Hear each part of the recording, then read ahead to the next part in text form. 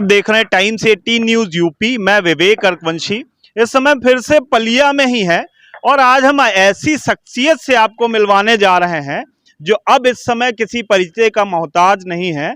और हम बात कर रहे हैं दीपक पंडित जी की।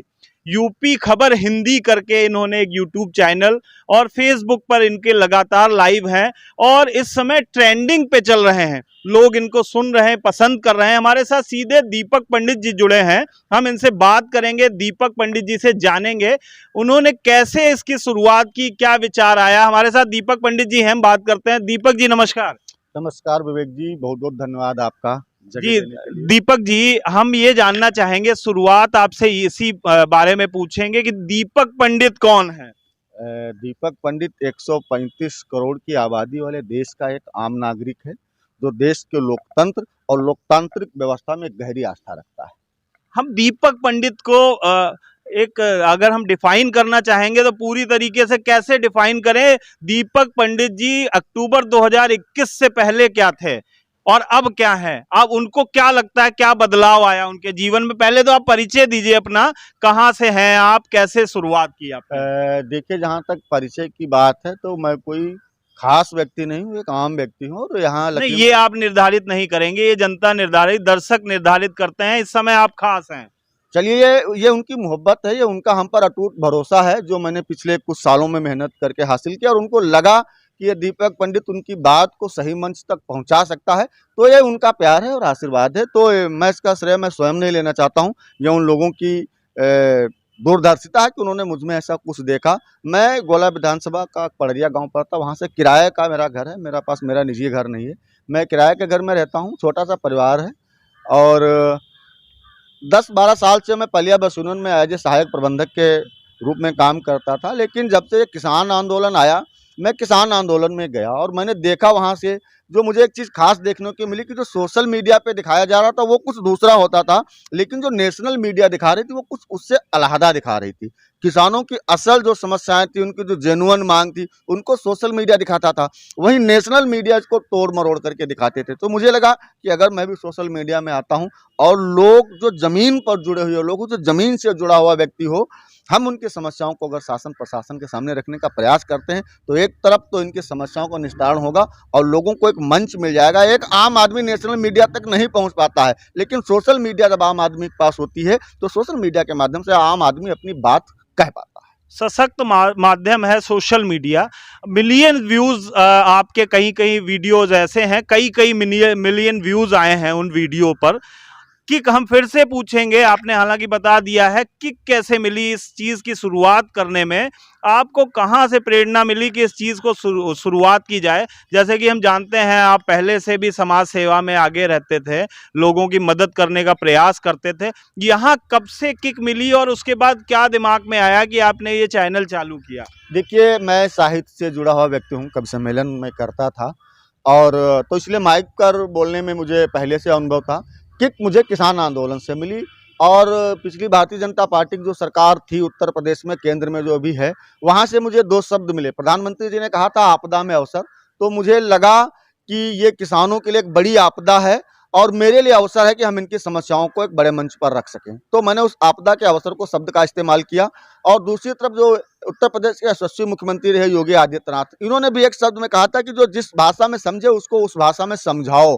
तो मैं गांव से जुड़ा हुआ व्यक्ति था, तो गांव के जो लोग हैं वो आमतौर पर गांव की भाषा का इस्तेमाल करते हैं, तो मैं उनको उस भाषा में समझाने का प्रयास करता था।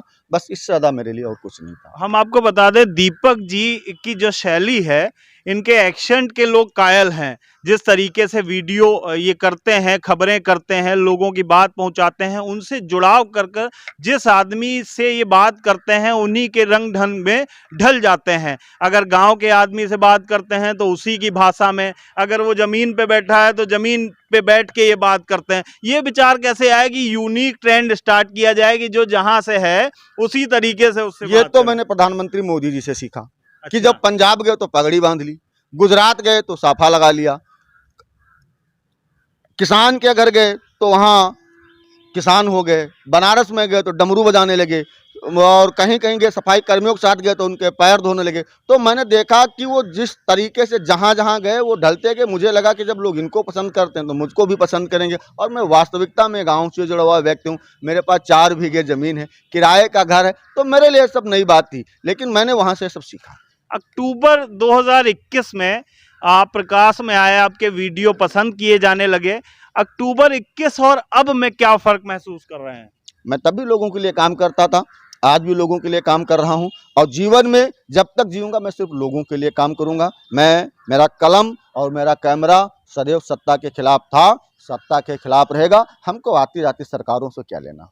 दीपक पंडित जी के बारे में हम एक बात और बता दें, जैसे कि अभी इन्होंने कहा ये ओज के कवि के तौर पर प्रसिद्ध हैं, बड़ी सारी कविताएं सुनाते हैं। हम इनसे बातचीत आगे जारी रखने से पहले शुरुआत में हम चाहेंगे चंद लाइनें आप कुछ ऐसी सुनाएं जो देश को समर्पित हों। मेरा जीवन और मेरे जीवन की हर सांस देश को ही समर्पित है, इसके अतिरिक्त मेरे पास कुछ नहीं है।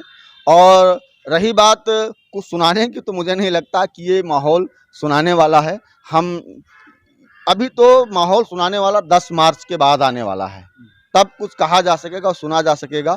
अभी तो माहौल 10 तारीख का इंतजार। कवियों के लिए तो कोई बाउंडेशन नहीं, सरकार किसी की भी हो, वो अपने जो है अपने तरीके से जनता की बात सरकार और प्रशासन तक रखते हैं। तो हम चाहेंगे फिर से अपने दर्शकों के लिए हम चाहेंगे दीपक पंडित जी 2 शब्द में कुछ ऐसी सरकार पर जो काम कर रही है और मौजूदा सरकार की ही जवाबदेही होती है, हम चाहते हैं 2 लाइनें आप हमें सुनाएं। होली का माहौल है। लखीमपुर खीरी के राष्ट्रीय कवि वंशीधर रहे हैं वंशीधर शुक्ला जी, आदरणीय वंशीधर शुक्ला जी की 2 पंक्तियां देता हूं कि बदलिए बार बार सरकार, ना जाने का बदला बदली में मिल जाए असरदार सरकार, बदलिए बार बार सरकार।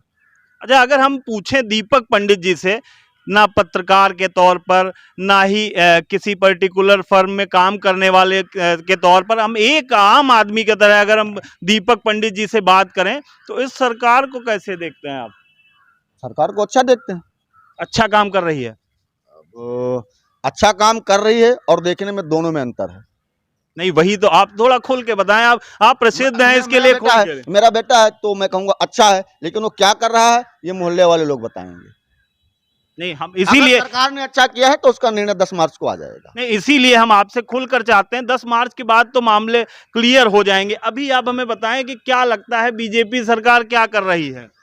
बीजेपी सरकार तो फिलहाल चुनाव लड़ रही है, इस समय चुनाव लड़ रही है। तो देखिए डिप्लोमेटिक जवाब दे रहे हैं। केंद्र की सरकार भी चुनाव लड़ रही है और कुछ लोग मंत्री हैं जो यूक्रेन में फंसे बच्चों को लाने का काम करें, जो कि हम चाहेंगे कि केंद्र सरकार की सराहना पूर्वक बात है और हम इसकी सराहना करते हैं कि जहां यूक्रेन में हमारे हजारों भाई बहन फंसे हैं उनको लाने के लिए भारतीय जनता पार्टी की जो मोदी सरकार है ये कटिबद्ध है। इसके लिए हम उनको बहुत बहुत धन्यवाद देते हैं। वहीं उत्तर प्रदेश की सरकार की भी हम इस बात को देते हैं कि उनके कुछ कारनामे अच्छे रहे हैं और कुछ कारनामे ऐसे हैं जो जनता को रास नहीं आए। इसका बदलाव या दोहराव होगा वो 10 तारीख को आ जाएगा। आप अगर रास ना आने की बात कर रहे हैं, कहीं ऐसा ना हो ये जो शब्द कह रहे हैं एक पार्टी विशेष का ठप्पा आप पे लग जाता है कि आप सपा के प्रोपोगेंडे को लेकर चल रहे हैं, आप सपा से पैसे ले लियो, जहां जाते हो सपा की ही खबर चलाते हो। 2012 से 17 तक ये लोग कहाँ थे? 2012 से 17 तक जब समाजवादी पार्टी की सरकार रही, लखीमपुर खीरी के विभिन्न थानों में मेरे ऊपर मुकदमे लिखे गए। मैं समाजवादी पार्टी का आदमी कैसे हो सकता हूं? मैं तब भी जनता से जुड़े मुद्दों के साथ था और सरकार बदली, मैं तब भी जनता जुड़े मुद्दों के साथ हूं।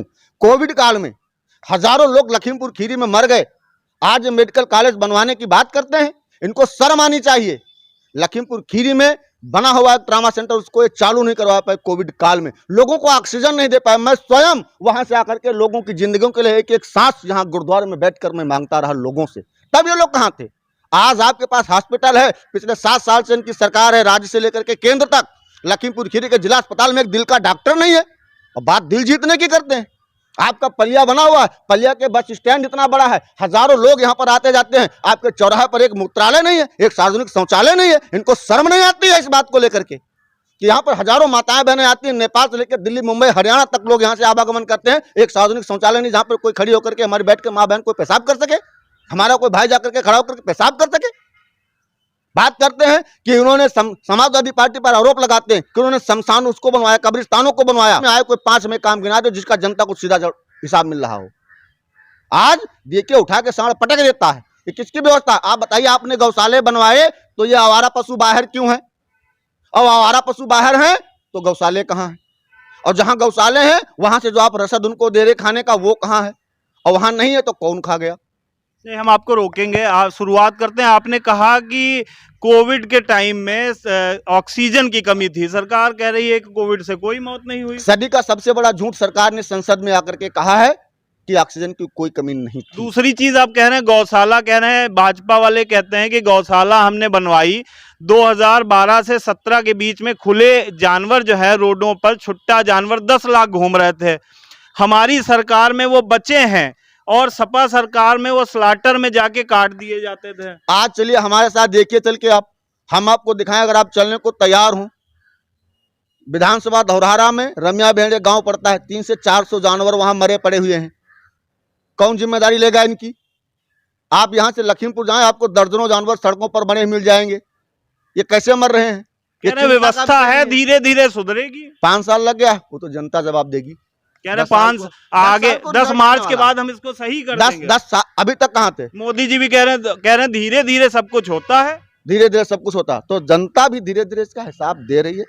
आप मुझे सीधे सीधे मेरे पे आप मुझे पॉलिटिकल व्यू की तरफ ले जा रहे हैं। मैं नहीं चाहता हूं कि मैं आपसे कोई पॉलिटिकल बातचीत करूं। पॉलिटिकल बातचीत करूंगा तो बातचीत लंबी हो जाएगी और आप भी उलझ जाएंगे। आपके पास तमाम सवाल है, मेरे पास भी तमाम जवाब हैं। आप मुझको टेढ़ा मेढ़ा फंसाने की कोशिश करेंगे, हम भी उसका टेढ़ा मेढ़ा जवाब देंगे। सीधे सीधे हम बात वहीं करते हैं जहां से शुरुआत हुई। चलिए हम बात करेंगे मुद्दों की कि मैं दीपक पंडित सदैव से 2012 से 17 तक मैं जिन मुद्दों के साथ था सरकार के खिलाफ, 2000 से 17 से 22 तक मैं उन्हीं मुद्दों के साथ सरकार के खिलाफ हूं। और 2022 में चाहे समाजवादी पार्टी की सरकार बने, चाहे मायावती जी की सरकार बने, चाहे योगी आदित्यनाथ जी की सरकार बने, चाहे कांग्रेस की सरकार बने, मैं फिर जनता से जुड़े हुए सवालों के साथ ही सरकार के खिलाफ खड़ा मिलूंगा। यह मैं पहले से बता रहा हूं। चाहे उत्तर प्रदेश के मुख्यमंत्री यशस्वी अखिलेश यादव हो, चाहे आने वाले समय में उत्तर प्रदेश के मुख्यमंत्री यशस्वी योगी आदित्यनाथ जी हो, मैं सरकार के खिलाफ ही काम करूंगा। मैं जनता के साथ था, जनता के साथ हूं और जब तक ये दीपक जिंदा रहेगा उस अंधियारे के खिलाफ ही जलता मिलेगा आपको। दीपक जी, एक बात और बताइए कि अभी आप ऐसी बातें कर रहे हैं, सारी चीजें आपने बताई कि राजनीति की तरफ ना मोड़ें, तो कहीं ना कहीं बार बार वही घूम के आ जाती है कि दीपक पंडित बार बार केवल सपा को ही जो है आगे बढ़ाने का और सपा के लिए बात करेंगे। सवाल उसी से करेंगे जो सत्ता में होगा। 2012 से 17 तक मैंने एक भी सवाल भाजपा से नहीं किया और 2017 से 22 के बीच में मैंने एक भी सवाल सपा से नहीं किया। मैं सवाल उसी से करूंगा जो सत्ता में होगा। ये निश्चित नहीं सुनिश्चित है। कैमरा और कलम हमेशा सवाल करने के लिए बने हैं, तलवे चाटने के लिए लोग तो न्यूज रूम में बिक जाते हैं। तो मैंने किसानों की उछलती हुई पगड़ियों को देखा है। मैंने किसानों की, मुझे एक बात याद आती है, बहुत बड़े कवि उदय प्रताप है, उन्होंने लिखा कि तुमने क्या काम किया उनके अभाव के लिए, जिनकी मेहनत से तुम्हें तख्त मिला, ताज मिला, उनके सपनों के जनाजों में तो शामिल होते, जिनके चुप रहने की वजह से तुम्हें राज मिला। आज सभाओं में ये गरीबों के लिए चिल्लाना, ये वोट मांगने का नाटक है, इसे खत्म करो। ये जो आजादी है ये गुलामी से भी बदतर है। ये जो चिंतन है ये घातक है, इसे खत्म करो, वरना अंजाम वही होगा जो पहले भी हुआ है। कुर्सी तो कुर्सी निगाहों से उतर जाओगे और मौत जब आएगी तब आएगी तुम्हारी खातिर, मौत से पहले, बहुत पहले ही मर जाओगे। शायद आप उस दर्द तक अभी नहीं पहुंच पाए हैं। जिस दिन आप उस दर्द को पहुंचेंगे, उस दर्द तक, उस पीड़ा को महसूस करेंगे, जिस दिन जनता का दर्द आपको अपना दर्द लगेगा, उस दिन जनता आपको अपना मान लेगी। मैं इस बात को भली भांति जानता हूं। क्या आपको लगता है सरकार बदलेगी तो माहौल बदल जाएगा? अब ये जनता तय करेगी। जनता ने जिसको आशीर्वाद दिया होगा वो जाएगा। दोहराव होगा या बदलाव होगा, ये उत्तर प्रदेश की जनता तय करेगी। ये यहाँ का किसान तय करेगा, यहाँ का व्यापारी तय करेगा, यहाँ का नौजवान तय करेगा। यहाँ पर हमारी माताएं बहनें इस बात को निश्चित और सुनिश्चित बनाती हैं कि उत्तर प्रदेश की सिंहासन पर कौन बैठेगा। मैं इसका ठेकेदार नहीं भी आए। क्या किसी एक पर्टिकुलर सरकार को देखते हैं कि वो इन लोगों के लिए अच्छा काम करेगी? मेरे लिए सरकार कोई मायने नहीं रखती है। सरकार और सिंहासन जूते की नोक पे रखता हूं मैं।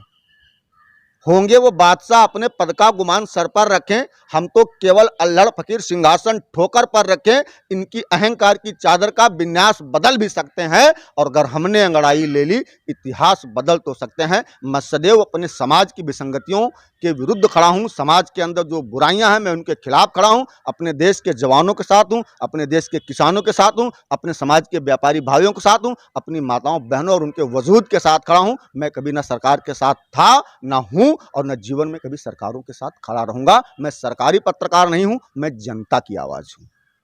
इस कारण मुझे लोग पसंद करते हैं। जिस दिन आप जनता की आवाज बन जाएंगे उस दिन जनता आपको पसंद करेगी और सरकार आपको रौंदने का काम करेगी, वो चाहे बुलडोजर चले या थार, चलेगा जरूर। क्या आप पे कुछ ऐसा चला है अभी तक?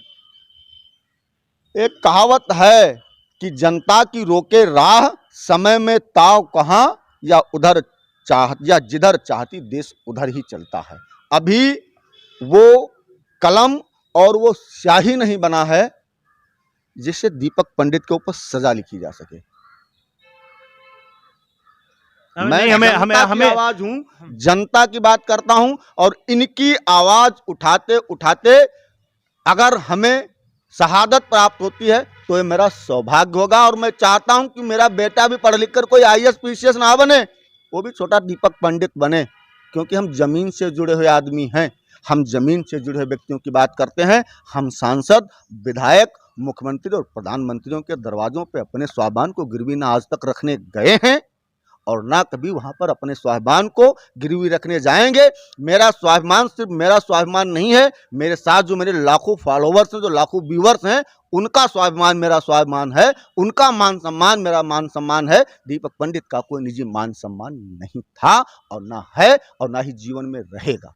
हम उन दीपक पंडित जी से बात कर रहे हैं जिन्होंने कुछ ही महीनों के अंदर, जो लोग हजारों लाखों रुपए खर्च कर उतनी फॉलोइंग नहीं बढ़ा पाते हैं, बना पाते हैं, इन्होंने अपनी बेबाक बातों से लोगों की समस्याओं को उठाने को लेकर, जो इनके बीच जज्बा है, इनके दिल में जज्बा है, उसको लेकर ये इतने प्रसिद्ध हो गए हैं सोशल मीडिया पर। जिस तरह आप देखो, फेसबुक खोल दो, व्हाट्सएप खोल दो, आप हर जगह दीपक पंडित जी का वीडियो देखा जाता है। अभी दीपक पंडित जी एक आपने वीडियो चलाया था, जो छुट्टा जानवर, जब हमारे किसी एक वरिष्ठ मंत्री का एक कार्यक्रम था हमारे लखीमपुर में, तब का हमें थोड़ा सा बताएं कि उसमें कुछ आपके साथ ऐसा हुआ क्या? एक वीडियो था, मुझे सूचना मिली थी कि यहाँ पर कुछ जानवर पकड़े गए हैं और उनको शहर से बाहर ले जाया जाएगा। देश के रक्षा मंत्री राजनाथ सिंह जी का शायद कार्यक्रम था लखीमपुर खीरी में, तो रात को वो जानवरों को डंपरों में लाद करके ले जाया जा रहा था। तो मैंने वो लाइव सेशन चलाया था और वो अभी तक मेरी वॉल पे पड़ा हुआ है। उसके बाद दोबारा मुझे एक सूचना मिली कि लखीमपुर खीरी की एक विधानसभा होती है धौरहरा, उस जमीन पर कुछ जानवर मरे पड़े हुए हैं। वहाँ पर सीमा विवाद को लेकर के थोड़ा विवाद है। शायद वो जो गांव है वो धौरहरा विधानसभा में आते हैं और जो वो जानवर पड़े हैं वो शायद बहराइच की जमीन पर पड़े हैं, लेकिन दोनों के बीच में अंतर सिर्फ 10 से 12 फीट की दूरी का है। तो उधर में जो जानवर सड़ रहे हैं उनकी बदबू लखीमपुर खीरी के लोगों को आ रही है। तो मैंने इस वीडियो को चलाया था और उसको लेकर के डीएम साहब ने कहा कि ये वीडियो गलत है। बाद में डीएम साहब ने जांच कराई और वो सब कुछ निपट गया कुशलतापूर्वक और शायद उन लोगों को उस बदबू से भी मुक्ति मिल गई होगी और तो सब कुछ ठीक रहा।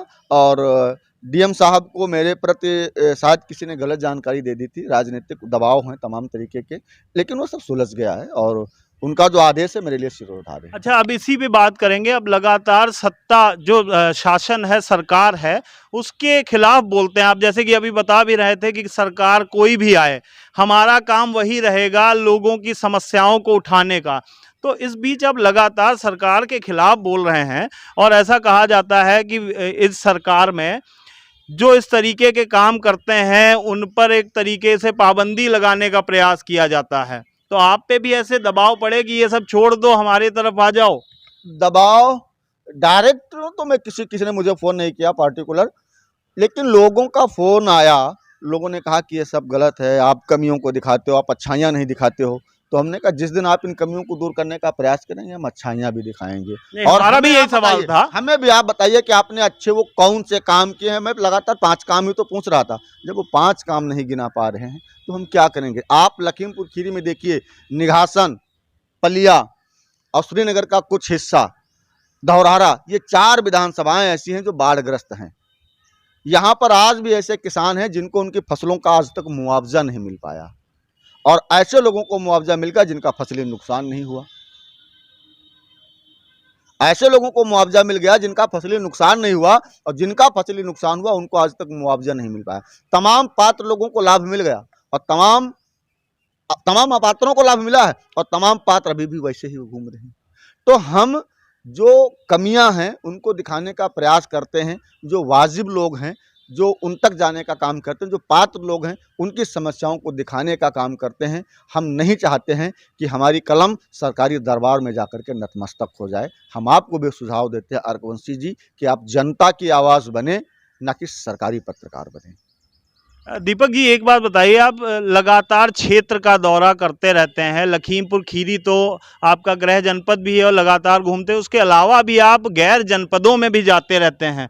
क्या लगता है, हम पत्रकार के तौर पे नहीं, दीपक पंडित के तौर पे पूछना चाहते हैं, क्या लग रहा है कुछ बदलाव की बयार आने वाली उत्तर है प्रदेश क्या? के 20-22 जनपदों को हमने कवर किया है, और मैं जहाँ जहाँ गया लोगों के अंदर मोदी सरकार की उपलब्धियां भी देखने को मिली, जैसे फ्री राशन दे रहे हैं, तो वो भी एक फैक्ट है कि लोगों के ऊपर एक सर चढ़कर जादू बोल रहा है। दूसरी तरफ अगर हम एक गांव में जाते हैं और गांव के लोगों को दो फोटो देते हैं, एक फोटो होता है पंडित जवाहरलाल नेहरू का और एक फोटो होता है नरेंद्र मोदी जी का, तो गांव का बच्चा भी नरेंद्र मोदी को पहचानता है कि ये मोदी जी हैं। लेकिन दूसरी तरफ अगर हम पढ़े लिखे युवा के पास जाते हैं, जो पढ़ा लिखा और नौजवान बेरोजगार है, उसको हम अखिलेश यादव की और योगी जी की फोटो दिखाते हैं तो अखिलेश यादव को पसंद करता है। देखिए, दीपक पंडित जी से हम बात कर रहे थे, लगातार वो इसी तरीके के मुद्दों को उठाते रहेंगे, सरकार चाहे कोई भी हो। हमने उनसे सवाल भी किया कि लगातार आप पे सपा का समर्थक होने का एक थप्पा भी लगता है, उस पर भी उन्होंने बेबाकी से जवाब दिया। हम यही चाहते हैं, शुभकामनाएं भी हैं कि इसी तरीके से आप क्षेत्र में लगातार पूरे प्रदेश में और आप इसको विस्तारित करें, पूरे देश में देश की आवाज़ बनकर लोगों की समस्याओं को शासन प्रशासन मूक दर्शक बने बैठे, शासन प्रशासन को इनकी आवाज़ सुनाई पड़े, जनता की आवाज़ इनके माध्यम से सुनाई पड़े और लोगों को ये उनकी समस्याओं को दूर करने का प्रयास करें सरकार इनकी तरफ से। हम यही चाहेंगे। दीपक पंडित जी, आप हमारे दर्शकों के लिए कुछ कहना चाहेंगे? हम आपके दर्शकों को ये बताना चाहेंगे कि जहाँ तक इस वीडियो को आप देख पा रहे हैं, आप इस चैनल को सब्सक्राइब करें, पेज को फॉलो करें। जिस तरीके से मैं आपकी आवाज़ बना हूँ, आने वाले समय में विवेक अर्कवंशी भी आपकी आवाज़ बनेंगे, क्योंकि इन्होंने भी शासन के कुशासन को झेला है। तो मैं आप सभी लोगों से यही अपील करूँगा कि आप भी भाई को हौसला दीजिए ताकि ये आपकी आवाज़ बन सकें। जय हिंद।